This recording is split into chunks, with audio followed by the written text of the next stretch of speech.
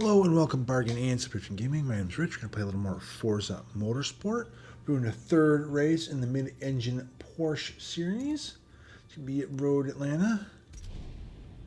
What can we do performance-wise? Let's see. It looks like we're getting a little braking and a little handling.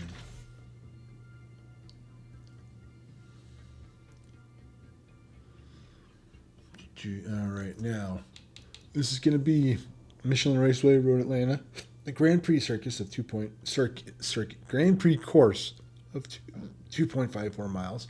I have to stop having green onions with my dinner. It just makes me burp the whole time I'm trying to do this. Time of day is going to be 5:40 p.m. Weather's going to be clear. It's going to be 1 lap of practice and a 5-lap race. All right, let's go.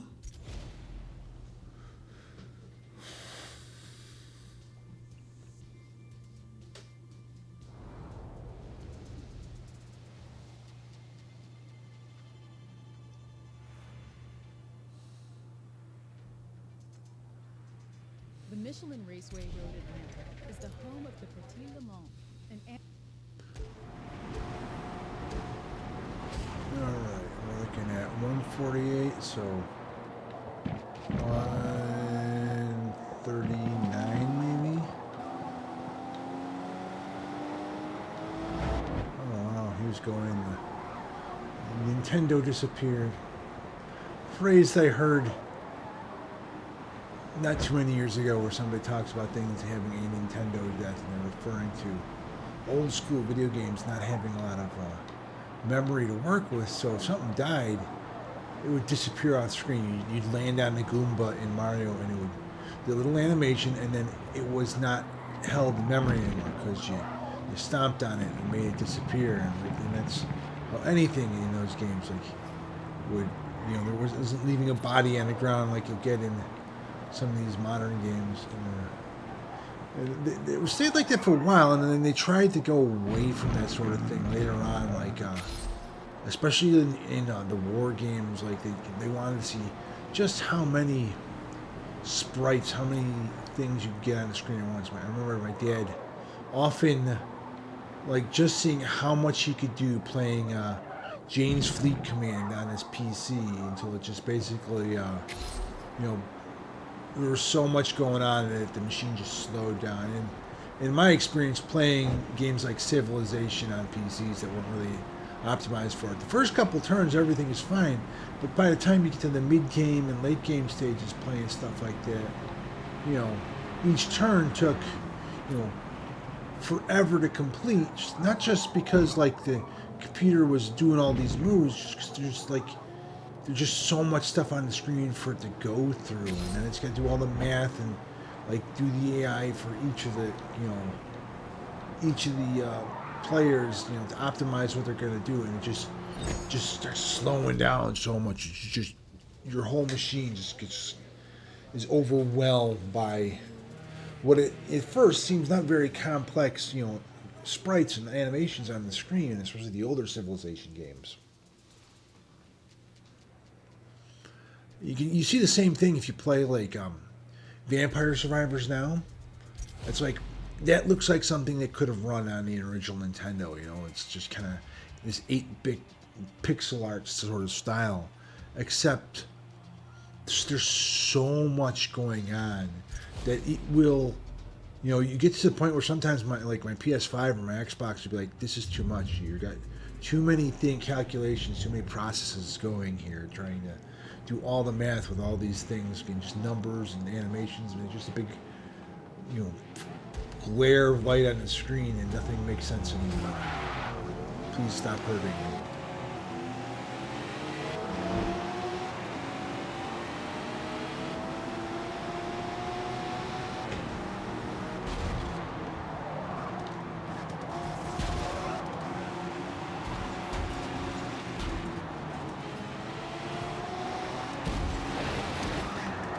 Couple places there.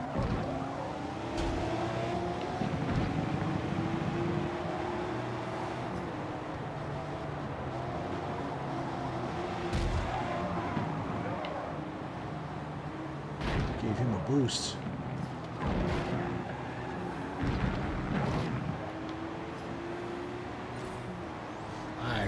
track there. I'm surprised they didn't lecture me for it.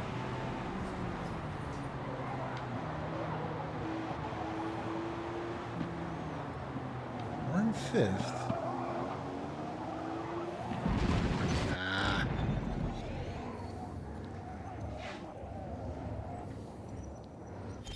Not enough turning early on here.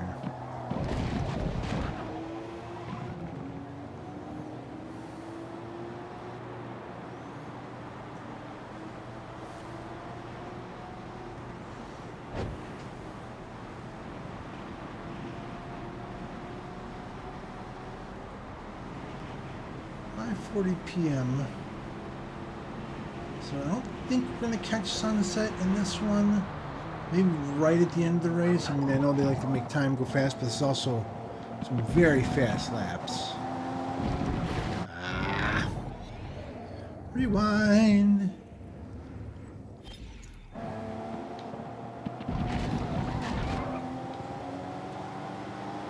Get outside of here, man. There you go. Stealing my beautiful paint, you monster. Yeah, I wasn't turning enough. I was too far in on that curve. I need to be a little further out. I'm turning more. There we go. There's a pretty curve. Second. And first. I do like bouncing off first place, knocking them out of place. It's one of my favorite little pleasures in this game.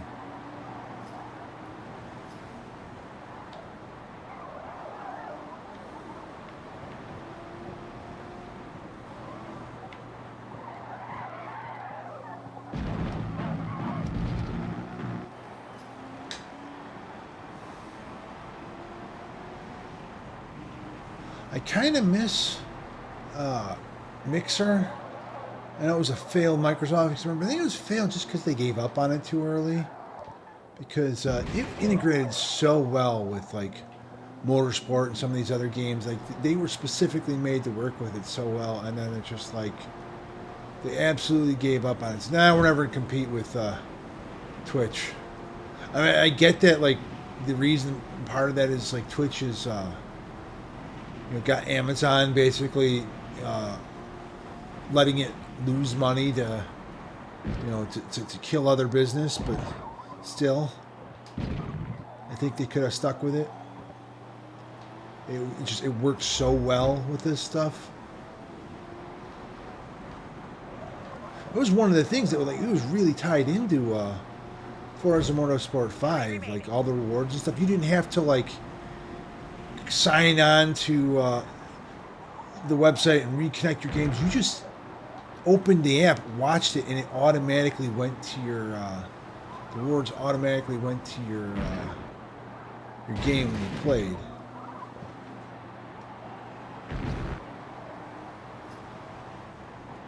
I got a lot of stuff for Horizon watching a guy, I think his name was Permanoob was his handle. I don't know if he still streams or does anything.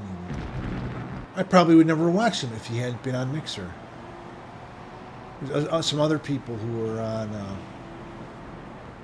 like I see that like I followed him on Twitter or something, and it's like the thing is like nobody uses Twitter anymore. I don't use Twitter. I just haven't bothered to delete it yet, but they're probably still on there trying to promote whatever they got afterwards. But they build huge audiences on Mixer, and it doesn't always translate over to like moving them over to another platform.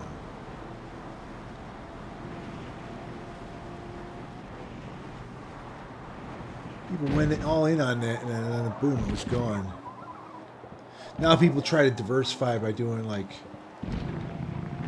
some YouTube and trying to do some Twitch and trying to go through TikTok. Like they try to get a little bit of everything while they're playing these games.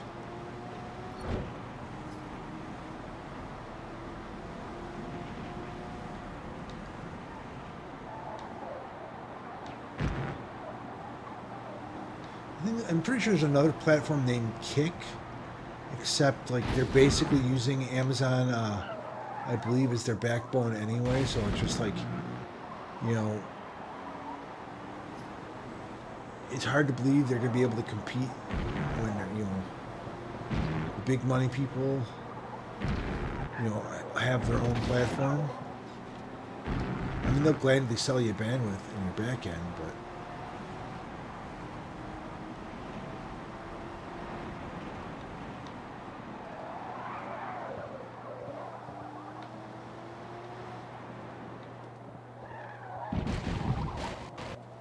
and I know some people like will try to stream live on Twitter, but it's like that just nobody wants to be part of that anymore.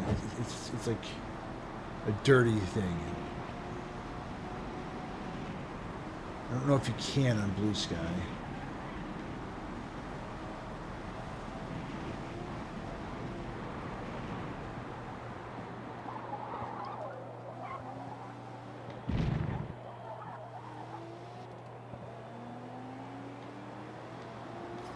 Alrighty, this Porsche is feeling much better than it did in the first races after getting just a little bit of handling and a little bit of braking upgrades in these last couple races.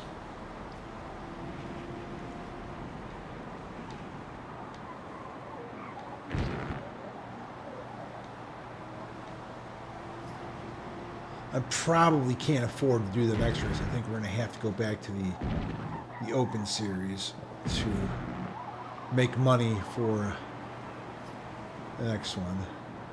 May end up recording more than one a day then, just because I want to be able to finish them both in the time frame. Like when I'm just doing them one a day, it works out pretty well. Like I can get through the month long till they have their next series.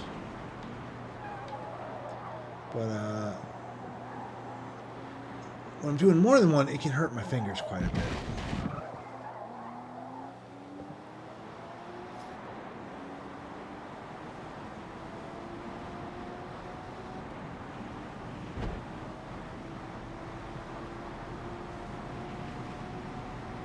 This thing feels almost slow, but I'm looking at it, it's going 140 miles an hour. That is a pretty zippy little, pretty baby blue car.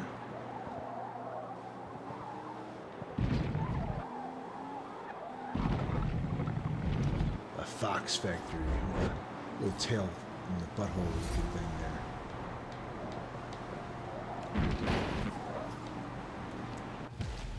there. There we go, first place. Scuff marks and all. Porsches are the best here, it seems. Rather than the P708 GT4 22s. Whatever that is. I have no idea.